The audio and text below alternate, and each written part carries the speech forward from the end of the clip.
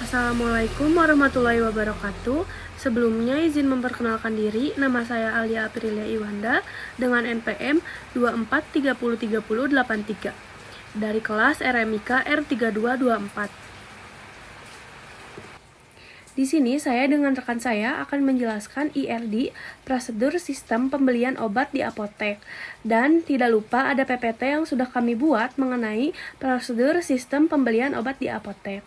Nah, lalu ada pengertian tentang prosedur sistem pembelian obat di apotek, yaitu ini adalah serangkaian langkah atau tahapan yang dilakukan oleh apotek untuk memperoleh atau membeli obat dari supplier atau distributor, dengan tujuan menjaga ketersediaan stok obat yang sesuai dengan kebutuhan pelayanan kepada pasien dan peraturan yang berlaku.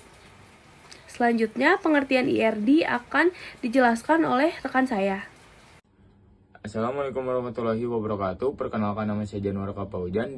Saya kelas RMIK R3224, NPM 24303097. Di sini saya akan menjelaskan IRD atau Entity Relationship Diagram adalah representasi grafis yang digunakan untuk memodelkan struktur logis dari sebuah sistem informasi, khususnya dalam hal bagaimana data saling berhubungan satu sama lain. IRD sangat penting dalam proses perancangan basis data karena memberikan gambaran visual tentang bagaimana entitas, atribut, dan relasi bekerja dalam sebuah sistem.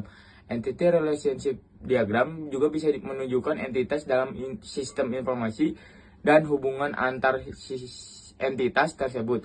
IRD digunakan untuk merancang atau memodelkan struktur data sebelum membangun basis data fisik. Lalu di sini saya akan menjelaskan tentang apotek. Apotek adalah tempat di mana obat-obatan disimpan, disiapkan, dan disalurkan kepada masyarakat, baik dengan resep dokter maupun tanpa resep, atau bisa disebut obat bebas. Apotek juga bisa memberikan layanan konsultasi kesehatan, terutama berkaitan dengan penggunaan obat. Lalu setelahnya saya akan serahkan kepada rekan saya yang bernama Alia. Mungkin hanya itu penjelasan yang kami paparkan mengenai prosedur pembelian obat di apotek. Lalu selanjutnya ada diagram IRD yang telah kami buat. Nah, di sini ada entitas yang pertama yaitu apotek. Lalu apotek membuat pesanan obat dan beberapa atributnya. Lalu pesanan obat diverifikasikan oleh bagian barang order. Dan ada atribut yaitu nama petugas dan jabatan. Lalu selanjutnya dari entitas pesanan obat dikirim ke apoteker. Dari apoteker ini ada atribut, nama, jabatan, ID apoteker, dan shift kerja. Lalu selanjutnya apoteker membuat obat. Nah, di sini untuk entitas obat ada atribut seperti ID obat, resep, dosis obat, dan stok obat. Lalu selanjutnya obat diberikan kepada pasien dengan atribut nomor RM, nama, tanggal lahir, alamat, dan nomor HP.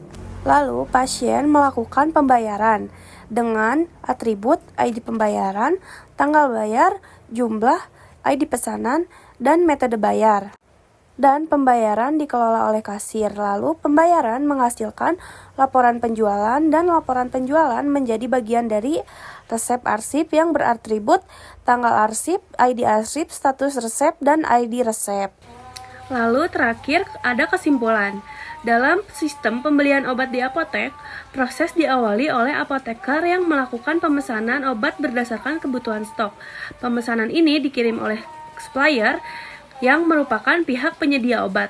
Setiap pemesanan dapat terdiri dari beberapa jenis yang dicatat dalam detail pemesanan. Setelah obat dikirim oleh supplier, lalu apotek melakukan penerimaan obat yang mencatat tanggal, status, dan penerimaan atas pesanan. Selanjutnya, obat yang diterima akan masuk dalam sistem stok obat yang diperbaharui secara otomatis. Seluruh alur ini dikelola oleh apoteker yang bertanggung jawab atas validasi dan kelengkapan proses pembelian obat, dari pemesanan hingga pencatatan stok.